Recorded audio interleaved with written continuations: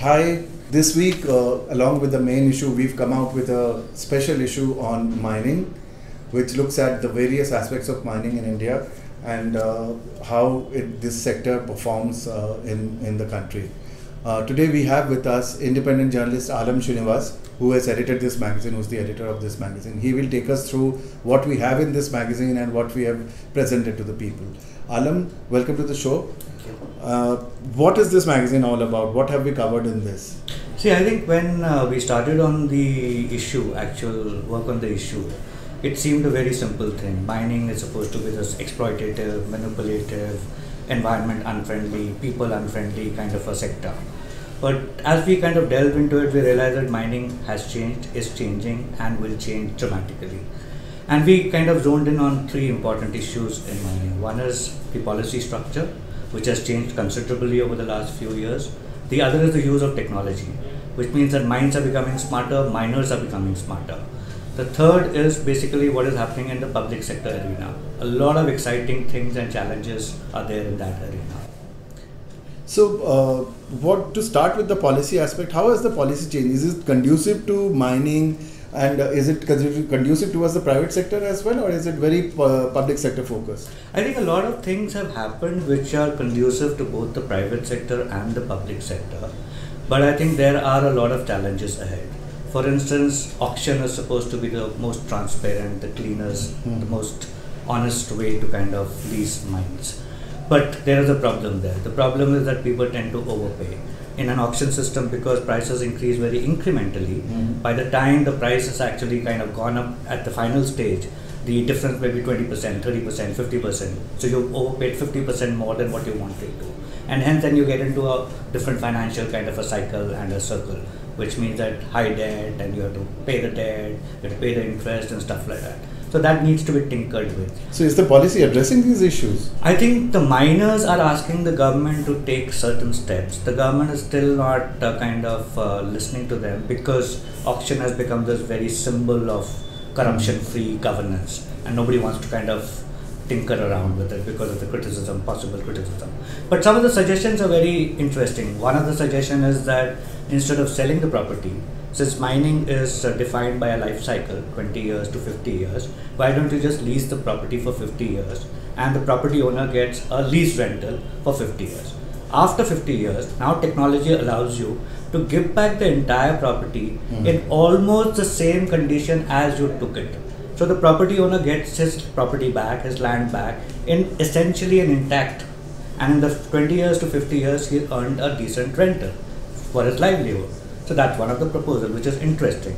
But I don't think the government is keen to kind of accept it at this stage. Maybe 5 years from now, 10 years from now, it will kind of gain a certain traction.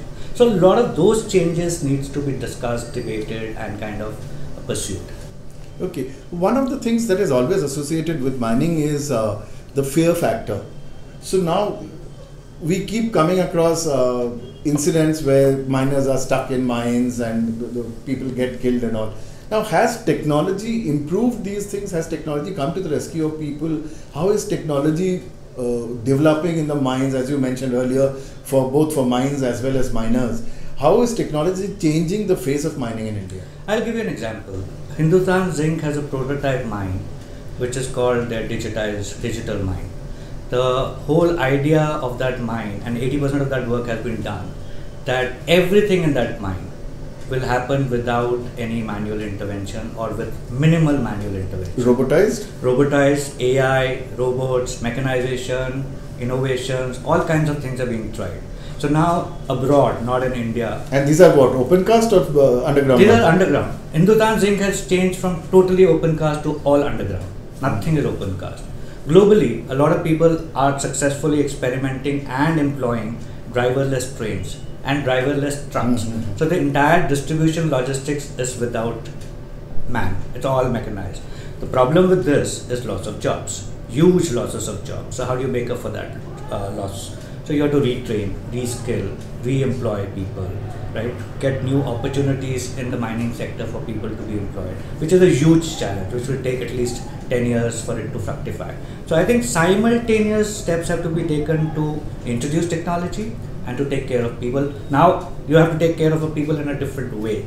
They're no longer getting killed or injured, or it's not about safety, it's about their livelihood. So is India ready for this kind of a thing already? Because the question of jobs is very rife all over the place, with fresh data coming out with loss of jobs and unemployment. And then in such a scenario, are we ready for this kind of a development in the mining sector where there will be further loss of jobs? See, I think what is happening is that at least as a country, we are on the right track, meaning right thinking, maybe wrong track, right thinking. The whole idea of reskilling, of giving new skills, skill development that various governments have kind of experimented with is a good idea. Now you have to focus on specifics. So if in mining, AI is going to kill certain kinds of jobs, so you have to skill and reskill those kinds of people and those kinds of jobs for certain other jobs. So I think that specifics is missing in the policy making arena at this moment.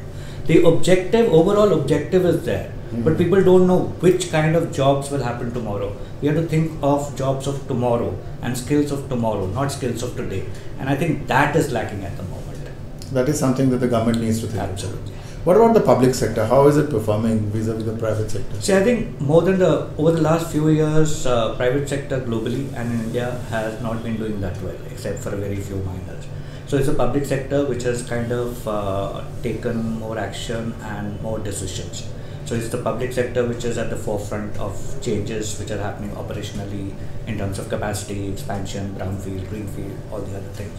So for once, the public sector has got a huge mandate and has taken several decisions to expand dramatically, double their capacities, like really go all the way.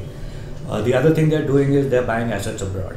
So they tried that about 10 years ago, 15 years ago. They failed miserably compared to the private sector when the Birlas and the Tatas and the Adanis and all the others kind of bought assets abroad. The public sector did not succeed. So this is kind of a second time coming for them. So they are actively looking at assets abroad, strategic minerals abroad, which are either not available in India or available in very small quantities. So public sector over the next 5 years is going to play a much bigger role than the private sector, at least in terms of capacity increase and production. Will clearances be easier for the public sector, or is it the same for both now? I think the ministers and the governments are very keen to allow the public sector to expand. Otherwise, we'll get into a crunch 10 years from now, 5 years from now. So at least there is keenness from the policy makers' side to give them clearances and okays and the go ahead, and that has been given. A lot of joint ventures are being formed between public sector and private sector for technology. A lot of things, those PPP are all being pushed by the government.